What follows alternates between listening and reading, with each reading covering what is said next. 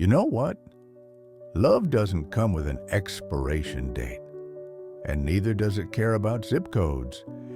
If you're over 60 and finding yourself drawn to someone who lives miles away, maybe you met them on a cruise, through a dating site, or even through mutual friends, you might be wondering, can this actually work? Here's the truth that might surprise you. Not only can it work, but for people in our stage of life, long-distance relationships actually have some unique advantages that younger couples don't have. Today, we're going to talk honestly about keeping love alive when you're living apart. No sugarcoating, no unrealistic expectations, just real talk from people who've been there, done that, and made it work.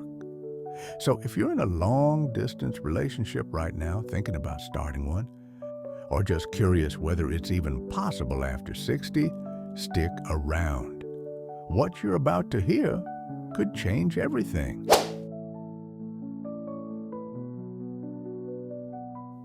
Let's start with something that might sound backwards. Long-distance relationships can actually be easier for us than for younger couples. And there are solid reasons why. First, we're settled. Most of us aren't trying to build careers anymore. We're not raising young children. We don't have to juggle the chaos of daily family life.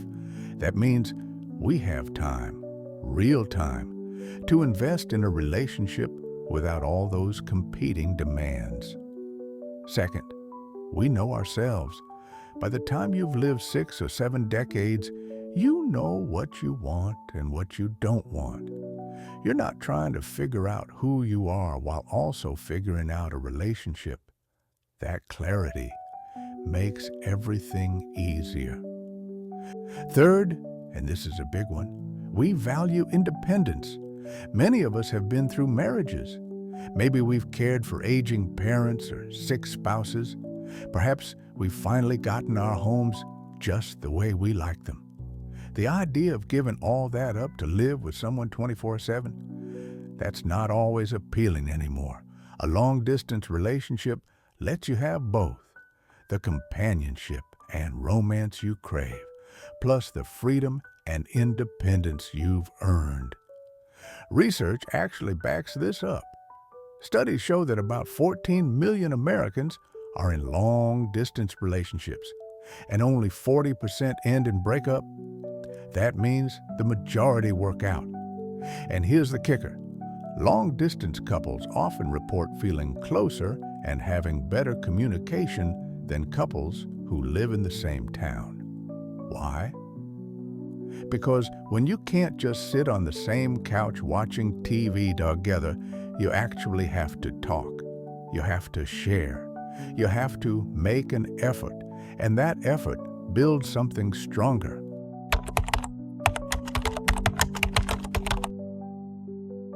Now, let's be honest. Long-distance relationships aren't all sunshine and video calls. There are real challenges, especially for our age group. The first challenge is physical intimacy. We're human. We have needs for touch, for affection, for physical closeness. Going weeks or months without that can be hard. You need to be honest with yourself about whether you're okay with that reality. The second challenge is health concerns. As we age, health issues become more real. What happens if one of you gets sick? Who's going to be there? This is something you need to discuss openly with your partner.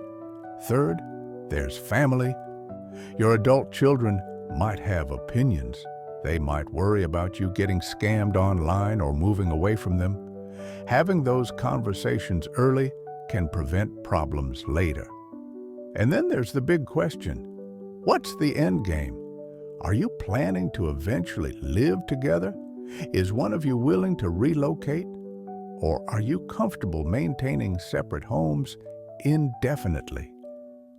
These are the conversations that couples who live nearby might put off.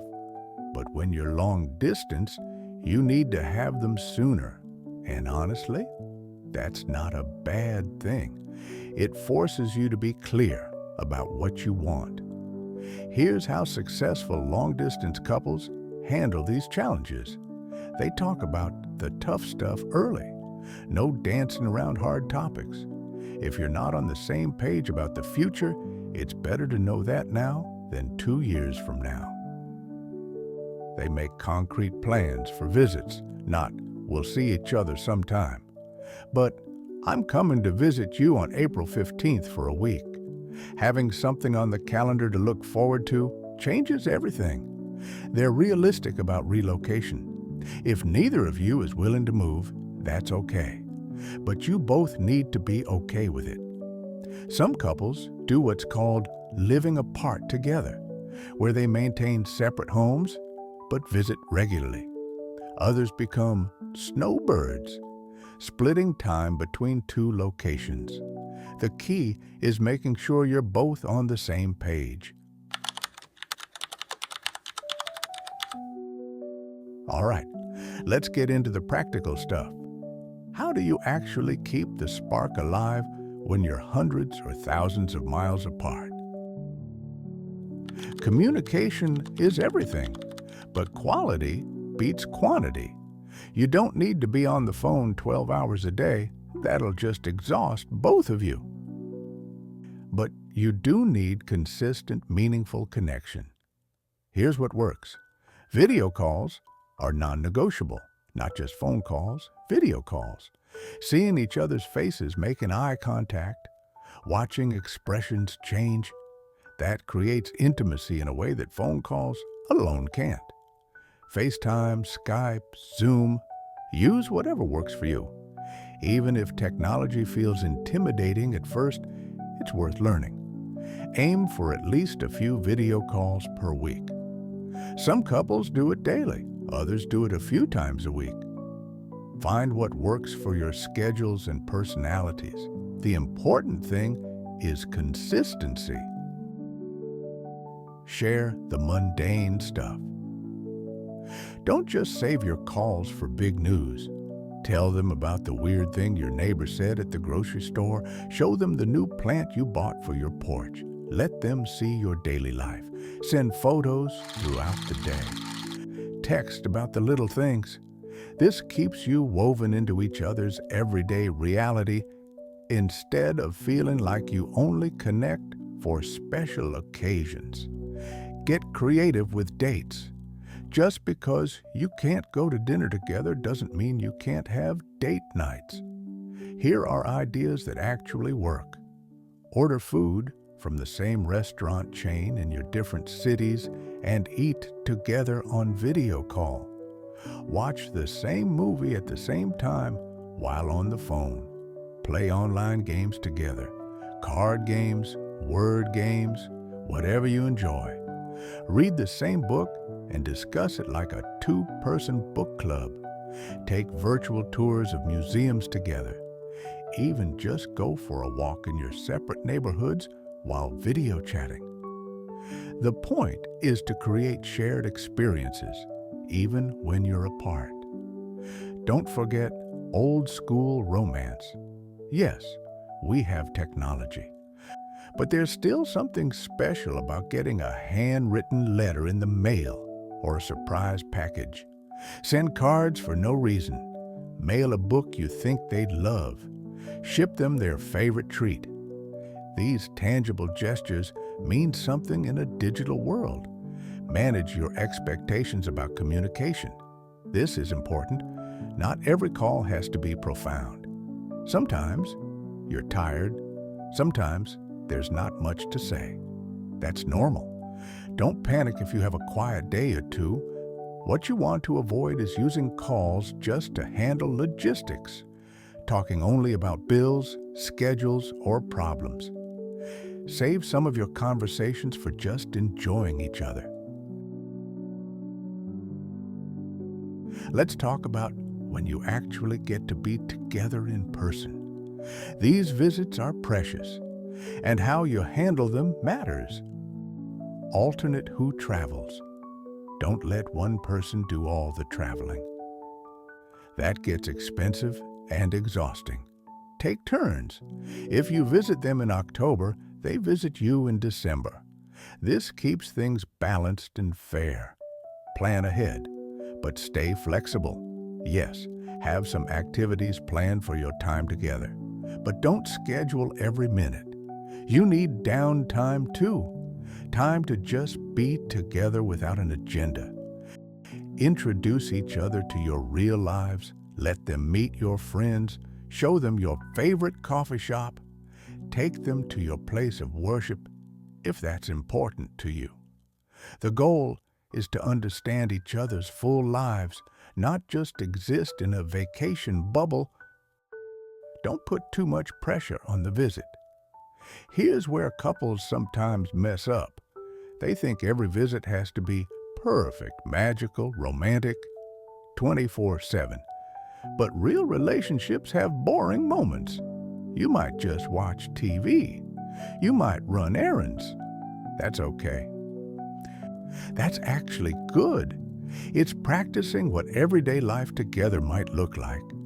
Have the uncomfortable conversations too. If something's been bothering you, don't wait until the last day to bring it up. And don't spend the whole visit avoiding tough topics because you don't want to ruin the mood. Real intimacy includes working through difficulties together.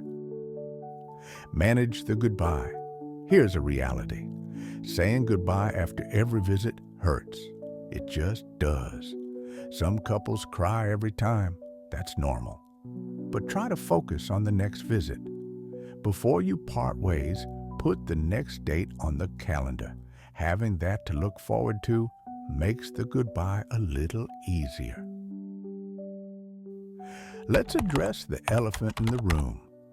Trust. When you're not together, doubts can creep in. Is there someone else? Are they as committed as they say? Are they telling you the truth about their life? Here's what you need to know. Trust issues happen in all relationships, but distance magnifies them. If you've been hurt before, and let's be honest, most of us have been, trusting again can feel terrifying. But here's the hard truth. If you can't trust them, this isn't going to work. Period. You can't monitor someone's every move. You can't demand constant check-ins. You can't let your anxiety turn you into someone you're not proud of. That's not love. That's fear. So what do? Be honest about your fears. Don't accuse, just share. Sometimes when I don't hear from you, I start worrying. That's very different from you're probably seeing someone else. Look for patterns, not isolated incidents. If they occasionally take a while to text back, that's life. If they consistently go radio silent for days without explanation, that's a pattern worth discussing. Build trust through actions. Do what you say you're going to do. Call when you say you'll call. Show up when you promise to show up. Consistency builds trust. Accept some uncertainty. You're not going to know every detail of their life. You're not supposed to. They're going to have experiences, friends, and activities separate from you. That's healthy. Learning to be okay with not knowing everything is part of making this work. If you find yourself obsessing, ask yourself, is this based on something they've actually done? Or is this my past trauma talking? If it's the latter, consider talking to a therapist. Don't let old wounds kill a new chance at happiness. So here's the bottom line. Long-distance relationships after 60 are not only possible, for many people, they're actually the perfect solution. You get companionship without giving up your independence. You get romance without disrupting the life you've built. You get someone to share your days with, even if you're not sharing the same address. Will it be easy? No. Will there be lonely nights and hard goodbyes? Absolutely. But if you found someone, who makes you laugh, who gets you excited to hear your phone ring, who you can't wait to see again, isn't that worth fighting for? The couples who make this work aren't the ones without problems. They're the ones who face problems head-on, communicate openly, and keep choosing each other even when it's hard. So here's my question for you. What's one thing you're going to do this week to strengthen your long-distance relationship? Maybe it's scheduling a video date. Maybe it's sending an old-fashioned letter. Maybe it's having that hard conversation you've been avoiding. Whatever it is, do it. Because love at our age is too precious to take for granted, no matter how many miles separate you.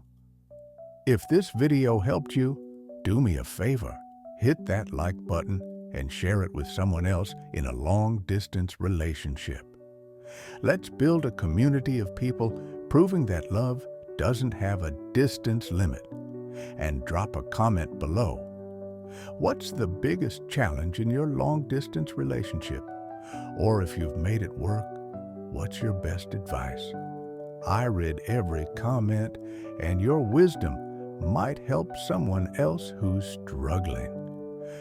Don't forget to subscribe and hit that notification bell so you don't miss future videos on relationships, dating after 60, and making the most of this incredible stage of life. Remember, you've earned this chance at happiness. Don't let distance talk you out of it. Thanks for watching, and I'll see you in the next one.